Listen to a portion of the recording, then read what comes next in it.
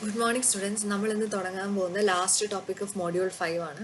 നമ്മളിപ്പോൾ ഡിസ്കസ് ചെയ്തുകൊണ്ടിരുന്ന ഗൺ ഡയോഡാണ്. അതിലിനി ഒരൊറ്റ ടോപ്പിക് കൂടെ ഉള്ളൂ, gun diode as an oscillator. അപ്പോൾ നമ്മൾ ഇതുവരെ പഠിച്ചതനുസരിച്ച് നമുക്കറിയാം ഗൺ ഡയോഡ് എന്ന് പറയുന്ന ഒരു നെഗറ്റീവ് റെസിസ്റ്റൻസ് ഡിവൈസ് ആണ്. അതുപോലെ ഇതൊരു മൈക്രോവേവ് സിഗ്നൽ ഓസിലേറ്റർ ആണ്. കാരണം ഇത് മൈക്രോവേവ് സിഗ്നൽ ജനറേറ്റ് ചെയ്യാൻ യൂസ് ചെയ്യാം. അതിൻ്റെ ഒരു ലാബ് എക്സ്പെരിമെൻറ്റ് നമ്മൾ ചെയ്തതാണ്. ഗൺ ഡയോഡ് എന്ന് പറഞ്ഞാൽ it is mainly made up of gallium arsenide ആണ്. ഇതൊരു TED ഡിവൈസ് ആണ്. TED എന്ന് പറഞ്ഞാൽ ട്രാൻസ്ഫേർഡ് ഇലക്ട്രോൺ ഡിവൈസ് ആണ്. നമുക്കറിയാം ഗാലിയം ആർസനൈഡിൽ കണ്ടക്ഷൻ വാല്യൂ തന്നെ രണ്ട് വാല്യൂ ഉണ്ട്. അതാണ് ലോവർ വാല്യൂയും അപ്പർ വാല്യൂയും. അപ്പോൾ ഒരു പർട്ടിക്കുലർ വോൾട്ടേജ് അപ്ലൈ ചെയ്ത് കഴിയുമ്പോൾ അതിൻ്റെ ഇലക്ട്രിക് ഫീൽഡ് എക്സീഡ് ചെയ്ത് കഴിയുമ്പോൾ തന്നെ it starts exhibiting gun effect എന്നാണ് നമ്മൾ പഠിച്ചത്. ഗൺ എഫക്റ്റ് എന്ന് പറഞ്ഞു കഴിഞ്ഞാൽ ഒരു പർട്ടിക്കുലർ വോൾട്ടേജ് എക്സീഡ് ചെയ്ത് കഴിയുമ്പോൾ ഇലക്ട്രിക് ഫീൽഡും എക്സീഡ് ആവും. ഇലക്ട്രിക് ഫീൽഡ് എക്സീഡ് ചെയ്ത് കഴിയുമ്പോൾ നമ്മൾ എക്സ്പീരിയൻസ് ചെയ്യുന്നതെന്ന് പറഞ്ഞു കഴിഞ്ഞാൽ പിന്നെ വോൾട്ടേജ് കൂട്ടിയാലും കറണ്ട് കുറയുന്നതാണ് കാണുന്നത്. That is there is A negative resistance in gun diode.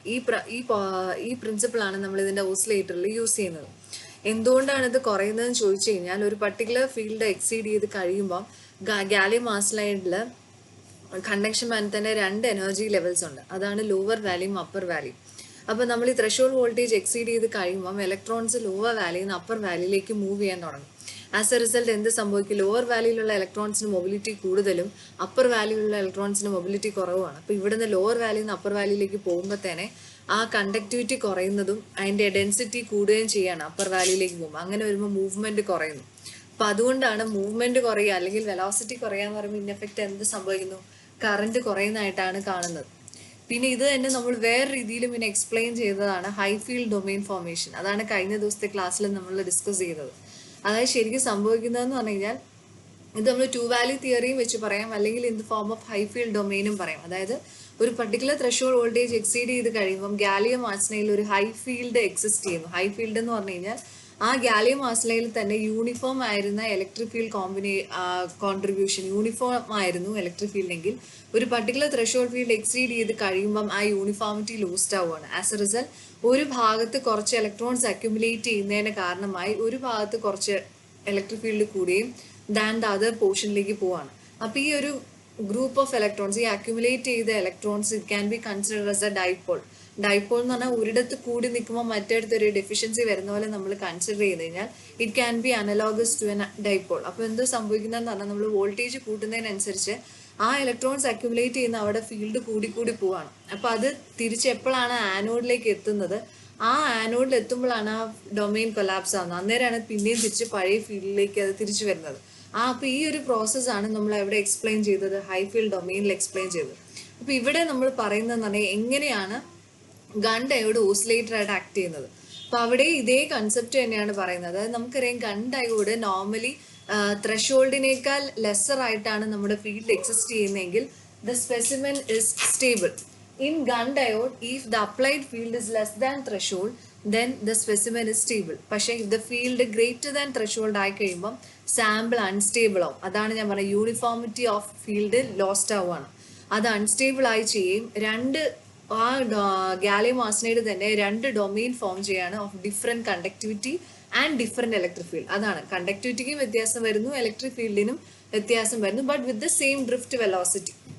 അപ്പോൾ അപ്പോൾ ആദ്യം തന്നെ എന്താ സംഭവിക്കുന്നത് പറഞ്ഞാൽ at the initial formation of accumulation layer എന്ന് പറഞ്ഞാൽ ഇലക്ട്രോൺസ് എല്ലാം കുറച്ചെടുത്തൊരു കൂടുന്ന ഒരു എഫക്റ്റ് വരും. അങ്ങനെ വരുമ്പോൾ എന്ന് പറഞ്ഞാൽ ആ ഉള്ളയിടത്ത്, അതായത് എവിടെയാണ് അക്യുമുലേറ്റ് ചെയ്യുന്നത് അവിടെ ഫീൽഡ് കൂടുതലും, അതിന് തൊട്ട് ബാക്കിൽ വരുന്ന എന്താണ് ലെയർ ഡിക്രീസസ് ആണ്. That is the field behind the layer. അതായത് ഒരു ലെയർ ഫോം ചെയ്ത് കഴിഞ്ഞാൽ അതിൻ്റെ ബാക്ക് ബിഹൈൻഡ് ലെയർ ഫീൽഡ് കുറവും അതിൻ്റെ മുന്നിലോട്ടുള്ളത് ഇൻ ഫ്രണ്ട് ഓഫ് ഇറ്റ് എന്ന് പറയുന്നത് കൂടുകയും ചെയ്യും. എന്നിട്ട് ഈ പ്രോസസ്സ് എങ്ങനെ കണ്ടിന്യൂ ചെയ്യും? ആസ് എ ലെയർ, അതായത് ഈ ലെയർ, ഈ ഡൈപോൾ ഇറ്റ് മൂവ്സ് ടുവേർഡ്സ് എവിടെ നിന്ന് ഫോം ചെയ്ത കാഥോഡിൽ നിന്നാണെങ്കിൽ it starts moving towards the anode. ആനോഡിലേക്ക് മൂവ് ചെയ്യുന്നു.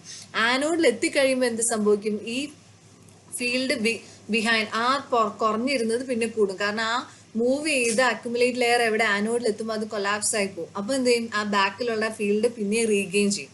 പിന്നെ അടുത്തത് ഇതേ പ്രോസസ്സ് കണ്ടിന്യൂ ചെയ്യുന്നതായിട്ടാണ്. അപ്പോൾ ബേസിക്കലി ആ ഒരു ഫീൽഡ് എക്സീഡ് ചെയ്ത് കഴിയുമ്പം ഗൺ ഡയോഡിൽ എന്താണ് ഒരു ഓസിലേറ്ററി ഫിനോമിനൽ, ഒരു പൾസ് കറന്റ് ഫോർമേഷൻ ആണ് നടക്കുന്നത്. അപ്പം നമ്മൾ ഈ ഹൈ ഫീൽഡ് ഈ ഓരോ ഡൈപോൾ ഫോം ചെയ്യുന്നതെന്ന് പറഞ്ഞില്ല. അപ്പം നമ്മുടെ ഇതിൻ്റെ ഫ്രീക്വൻസി ഓഫ് ഓസിലേഷൻ എന്ന് പറയുന്നത് that is mainly depend upon how this pulse current forms. That is current density is proportional to the drift velocity of electrons ആണ്. And a pulsed current output is, ഈ pulsed current output എന്ന് പറഞ്ഞാൽ ഈ movement of dipole from cathode to ആനോഡിലേക്ക് പോകുന്നതിന് corresponding ആയിട്ടാണ് ഇതിന്റെ pulse current form ചെയ്യുന്നത്. അപ്പൊ ഇവിടെ നമ്മൾ കൺസിഡർ ഈ ഒരു പടത്തിനകത്ത് പറയുന്നതെന്ന് പറഞ്ഞാൽ നമുക്ക് ഗണ്ടയോട് ഇതാണ് ക്യാരക്ടറിസ്റ്റിക്സ്. ഇതിന് തന്നെ രണ്ട് റീജിയൻ ഉണ്ട്, ഒന്ന് സ്റ്റേബിൾ റീജിയനും ഒന്ന് അൺസ്റ്റേബിൾ റീജിയൻ. അതായത് ഞാൻ പറഞ്ഞ പോലെ തന്നെ ഒരു പർട്ടിക്കുലർ ത്രെഷോൾഡ് ഫീൽഡിൽ ലെസ് വരെ നിൽക്കുന്ന കേസിൽ ഗാലിയം ആർസനൈഡിന്റെ ഫീൽഡ് യൂണിഫോം ആണ്. When it exceeds ETH exceed ചെയ്ത് കഴിയുമ്പോൾ അതിന്റെ യൂണിഫോമിറ്റി മാറുന്നതായിട്ടാണ് നമ്മൾ കാണുന്നത്. അതുകൊണ്ട് ഈ റീജിയനെ നമ്മൾ പറയുന്നതാണ് അൺസ്റ്റേബിൾ റീജിയൻ. അപ്പൊ അൺസ്റ്റേബിൾ റീജിയൻ എന്ന് പറയുമ്പോൾ നമുക്കറിയാം ഇവിടെ ഒരു യൂണിഫോമിറ്റി അല്ല, ചിലയിടത്ത് കൂടി ചിലയിടത്ത് കുറഞ്ഞു. അത് കഴിഞ്ഞ് പിന്നെ തിരിച്ച് അത് ഇവിടെ എത്തിക്കഴിയുമ്പോൾ എന്ത് സംഭവിക്കും, പിന്നെയും ബാക്ക് ടു കൂടുന്നു. അപ്പൊ ഈ ഒരു ഓസിലേറ്ററി ഫിനോമിനാണ് എക്സിബിറ്റ് ചെയ്യുന്നത്. ഇത് വെച്ചാണ് നമ്മൾ എന്ത് തീരുമാനിക്കുന്നത്, ഓസിലേറ്റർ ആയിട്ട് ആക്ട് ചെയ്യുന്നത്. അപ്പൊ ഇത് എത്രമാത്രം ഓസിലേറ്റ് ചെയ്യുന്നു എന്ന് ഡിപ്പെൻഡ് ചെയ്യുന്നത്, അതായത് ആ pulse current oscillation frequency depends upon VD/LF. അതിൽ VD എന്ന് പറഞ്ഞാൽ velocity of the domain. Domain എന്ന് പറഞ്ഞാൽ ആ അക്യുമുലേറ്റഡ് ചാർജസ് മൂവ് ചെയ്യുന്നതിന് അതിന്റെ വെലോസിറ്റി ബൈ LF എന്ന് പറഞ്ഞാൽ എത്ര ലെങ്തിലാണ് ഡൊമൈൻ ട്രാവൽ ചെയ്യുന്നത് അതനുസരിച്ച്. അപ്പൊ കൂടുതൽ ഡിസ്റ്റൻസ് അത് ട്രാവൽ ചെയ്ത് കഴിഞ്ഞാൽ എന്ത് സംഭവിക്കും, ഈ ഡിസ്റ്റൻസ് കൂടുക എന്ന് പറയുമ്പോൾ എന്ത് സംഭവിക്കും, ഫ്രീക്വൻസി കുറയും അല്ലേ. അപ്പൊ ഇവിടെ നമ്മൾ ഇത് കൂടുമ്പോൾ ഇത് കുറയും, ഇത് കുറയുമ്പോൾ ഇത് കൂടും. അപ്പൊ അതാണ് നമ്മൾ, അപ്പൊ മാക്സിമം അതിനകത്ത് തന്നെ നിൽക്കുവാണെങ്കിൽ അതിനനുസരിച്ച് ഫ്രീക്വൻസി കൂടിക്കൊണ്ടിരിക്കും. അതാണ് ഇവിടെ പറയുന്നത്. സോ ഇത് is a basic principle of Gunn diode and oscillator. അപ്പൊ ഗണ്ടയോഡ് ആസ് എൻ ഓസിലേറ്റർ നമ്മൾ ചോദിക്കുമ്പം ഈ എക്സ്പ്ലനേഷൻ പറഞ്ഞിട്ട് അതിന്റെ ബേസിക് കൺസെപ്റ്റ് ആണ് പറയേണ്ടത്. അപ്പൊ ഇത്രയേ ഉള്ളൂ ഗണ്ടയോഡ് ആസ് എൻ ഓസിലേറ്റർ. ഇനി നമുക്കൊരു ഗണ്ടയോഡ് കൺസിഡർ ചെയ്യുമ്പോൾ അഡ്വാൻറ്റേജ് എന്ന് പറയുന്നത് high bandwidth, high reliability, low cost ആണ്, ബെറ്റർ നോയ്സ് പെർഫോമൻസ് ഉണ്ട്. പക്ഷെ it can operate in lower operating voltage. But coming to the disadvantage, low efficiency below 10 GHz. പിന്നെ poor stability ആണ്, അതുപോലെ തന്നെ FM നോയ്സ് ഹൈ ആണ്. പിന്നെ കുറച്ചും കൂടെ നമുക്ക് ഉദ്ദേശിക്കുന്ന അത്രയും ലെവലിലുള്ള ട്യൂണിംഗ് ഒന്നും പറ്റില്ല. ഓക്കെ, അപ്പൊ ഇത്രയാണ് നമുക്ക് ഈ ഒരു സെക്ഷനിൽ പഠിക്കാനുള്ളത്. ഇനിയുള്ള ഒരൊറ്റ ടോപ്പിക് എന്ന് പറയുന്നത്, ഇതോടെ നമ്മുടെ മൊഡ്യൂൾ 5 കഴിഞ്ഞു. ഇനി ഞാൻ പറയാൻ പോകുന്നത് ലെഫ്റ്റ് ഔട്ട് ആയ ഒരു ടോപ്പിക് ഉണ്ട്, അതായത് എക്സാമിന് ചോദിച്ചതാണ്, അതായത് നമ്മൾ പറഞ്ഞതാണ് പക്ഷെ അതൊരു ഡെറിവേഷൻ ആയിട്ട് യൂണിവേഴ്സിറ്റിക്ക് ചോദിച്ചു. That is derive the condition for negative resistance in Gunn diode. അതാണ് ഞാൻ ഇനി പറയാൻ പോകുന്നത്. അപ്പൊ ഇതോടെ നമ്മുടെ ഈ മൊഡ്യൂൾ 5 കംപ്ലീറ്റ് ആയിട്ടുണ്ട്. അപ്പൊ മൊഡ്യൂൾ 5 നമ്മൾ കോൺസെൻട്രേറ്റ് ചെയ്യുമ്പോൾ ആദ്യം വരുന്നത് പവർ ഫ്രീക്വൻസി ലിമിറ്റേഷൻ, രണ്ടാമത് ടണൽ ഡയോഡ്, മൂന്നാമത് ഈ സെക്ഷനായ ഗണ്ടയോഡ്. അപ്പൊ അതോടെ ഈ ടോപ്പിക്. ഇനി നമ്മൾ അടുത്ത് ഡിസ്കസ് ചെയ്യാൻ പോകുന്ന ടോപ്പിക് എന്ന് പറയുന്നത് derive the condition for negative resistance. ഇത് എക്സാമിന് ചോദിച്ച ഒരു ക്വസ്റ്റൻ ആണ്, അതാണ് ഡിസ്കസ് ചെയ്യാൻ പോകുന്നത്. ഓക്കെ, ഇതാണ് section derive the condition for negative resistance in Gunn diode. അപ്പൊ ഇതിന് നമ്മൾ ചെയ്യുന്നതെന്ന് പറഞ്ഞാൽ ഇതിന്റെ ഡെറിവേഷൻ സ്റ്റാർട്ട് ചെയ്യുന്നത് നമുക്കറിയാം എന്റെ കണ്ടക്ടിവിറ്റിയുടെ ഇക്വേഷൻ ആവും ഗാലിയം ആർസനൈഡ്. അതായത് ഇലക്ട്രോൺ ഡെൻസിറ്റി നമുക്കറിയാം 2 വാല്യൂ ഉണ്ടെന്ന് ഞാൻ പറഞ്ഞു. ലോവർ വാല്യൂയുടെ ഇലക്ട്രോൺ ഡെൻസിറ്റി ആണ് NLഉം അപ്പർ വാല്യൂയിലെ ഇലക്ട്രോൺ ഡെൻസിറ്റി ആണ് NU. അപ്പൊ നമുക്കൊരു കണ്ടക്ടിവിറ്റിക്ക് ഒരു ഇക്വേഷൻ ഉണ്ട്, sigma is equal to E into μL NL plus μU NU, where E is the electron charge, μ എന്ന് പറയുന്നത് ഇലക്ട്രോൺ മൊബിലിറ്റി, N എന്ന് പറയുന്നത് NL plus NU, total electron density. ഇനി നമ്മൾ ഒരു ഹൈ ഇലക്ട്രിക് ഫീൽഡ് അപ്ലൈ ചെയ്ത് കഴിയുമ്പോൾ ഇലക്ട്രോൺസ് ആക്സലേറ്റ് ചെയ്യും, അതിന്റെ ടെമ്പറേച്ചർ എക്സീഡ് ചെയ്യുകയും ചെയ്യുന്നു. അപ്പോൾ ആ ഫംഗ്ഷൻ എന്ന് പറയുന്നത്, അതായത് ഇലക്ട്രോണിന്റെ ഡെൻസിറ്റിയും മൊബിലിറ്റി എന്തിന്റെ ഫംഗ്ഷൻ ആവും, ഇലക്ട്രിക് ഫീൽഡിന്റെ ഫംഗ്ഷൻ ആവും. അപ്പോൾ നമ്മൾ ഈ ഇക്വേഷൻ നമ്പർ 1 ഡിഫറൻഷിയേറ്റ് ചെയ്യാണ് with respect to electric field, അതാണ് d സിഗ്മ ബൈ d. അപ്പോൾ ഇത് ചെയ്യുമ്പം നമുക്കറിയാം ഇത് first function into differential of second, അതാണ് μL into DNL by d plus μU into DNU by d. അതുപോലെ തന്നെ തിരിച്ചും ചെയ്യണം, plus E into NL into ഇതിന്റെ differential, that is d μL by d. അടുത്ത എന്താണ് NU into d μU by d. അപ്പൊ രണ്ട് നമ്മൾ ഡിഫറൻഷിയേറ്റ് ചെയ്തു. ഇനി നമുക്കറിയാം N എന്ന് പറയുന്നത് NL പ്ലസ് NU ആണ്. അതുപോലെ തന്നെ വേറൊരു കണ്ടീഷനും ഉണ്ട്, മൊബിലിറ്റി μLഉം മ്യൂവും proportional to E raise to P ആണ്, വേർ P എന്ന് പറഞ്ഞാൽ കോൺസ്റ്റന്റ് ആണ്. അപ്പൊ നമുക്കറിയാം NL പ്ലസ് NU എന്ന് പറയുന്നത് എന്താണ്, അതൊരു കോൺസ്റ്റന്റ് ആണ്. അതായത് DN ബൈ D എന്ന് പറയുന്നത് എന്താണ്, കോൺസ്റ്റന്റ് ആണ്. അപ്പൊ അതിൽ നിന്ന് നമുക്ക് റിലേഷൻ കിട്ടും, DNL ബൈ D എന്ന് പറയുന്നത് എന്തായിട്ട് കിട്ടും, മൈനസ് DNU ബൈ D എന്ന് കിട്ടി. ഇനി അത് കൂടാതെ നമുക്ക് അറിയാവുന്ന കണ്ടീഷൻ എന്ന് പറയുന്നത് μL μ is proportional to E raise to P. അപ്പൊ നമ്മൾ d mu ബൈ d എടുക്കുന്നു എന്ന് പറഞ്ഞാൽ എന്താ, ദാറ്റ് ഇസ് ഇക്ക് പകരം എന്തെന്ന് എഴുതാം, ഇത് E റേസ് ടു P എന്നല്ല, അപ്പൊ d E raise to P by d എന്ന് എഴുതാലോ. നമുക്കറിയാം E റേസ് ടു P എന്ന് പറഞ്ഞാൽ എന്താ, x റേസ് ടു n എന്ന് പറഞ്ഞാൽ എന്താ, nx raise to n minus 1. അപ്പൊ നമുക്ക് എഴുതാം P into E raise to P minus 1 വരും. ഈ E raise to P minus 1 എനിക്ക് ഇങ്ങനെ എഴുതാലോ, P into E raise to P by E. ഇനി ഇ റേസ് ടു പി എന്ന് പറയുന്നത് നമ്മൾ എന്തായിട്ട് പറഞ്ഞിട്ടുണ്ട്, മ്യൂ ആണെന്ന് പറഞ്ഞിട്ടുണ്ട്. അപ്പോൾ it can also be written as mu into P by. ഇത് ഇക്വേഷൻ നമ്പർ 4. ഇനി നമ്മൾ ഈ കിട്ടിയ 3 ഇക്വേഷൻ 3നെയും 4നെയും ഇക്വേഷൻ നമ്പർ 2 സബ്സ്റ്റിറ്റ്യൂട്ട് ചെയ്യാണ്. നമ്മുടെ ഇക്വേഷൻ നമ്പർ 2 എന്ന് പറഞ്ഞാൽ ആദ്യത്തെ ഇക്വേഷൻ. അപ്പോൾ അതിൽ നമുക്ക് D N L by D mu N U by D എന്ന് പറഞ്ഞാൽ നമുക്ക് minus D N L by D എന്ന് എടുക്കാം, അതായത് ഈ കണ്ടീഷൻ 3യിൽ നിന്ന്. അതുപോലെ തന്നെ മ്യൂ എല്ലിന് പകരം നമുക്ക് എഴുതാം മ്യൂ പി ബൈ. അതാണ് ഇവിടെ എഴുതിയേക്കണം.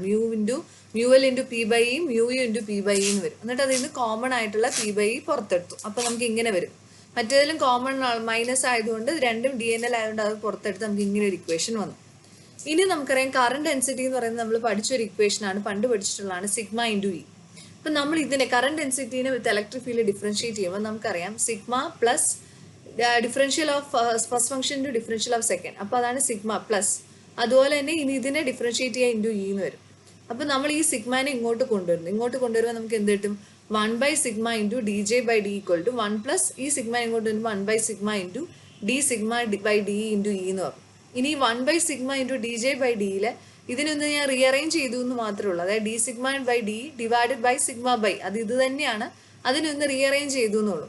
അപ്പോൾ ഇതിൽ മനസ്സിലാവേണ്ട നമുക്ക് കണ്ടുപിടിക്കേണ്ട കണ്ടീഷൻ എന്താണ്? നെഗറ്റീവ് റെസിസ്റ്റൻസ് ആണ്. അപ്പം നെഗറ്റീവ് റെസിസ്റ്റൻസ് എക്സിബിറ്റ് ചെയ്യാന്ന് പറഞ്ഞാൽ എന്താ? വോൾട്ടേജ് കൂടുമ്പോൾ കറണ്ട് കുറയണം. കറണ്ട് കുറയണമെങ്കിൽ അതിന്റെ മീനിങ് എന്താണ്? കറണ്ട് ഡെൻസിറ്റി കുറയണം. ഈ ജെ എന്ന് പറഞ്ഞ വാല്യൂ കുറഞ്ഞാൽ മാത്രമേ കറണ്ട് കുറയുള്ളൂ വെൻ വോൾട്ടേജ് ഇൻക്രീസസ്. എന്ന് പറഞ്ഞാൽ എന്താ? ഈ ടേം നെഗറ്റീവ് ആവണം.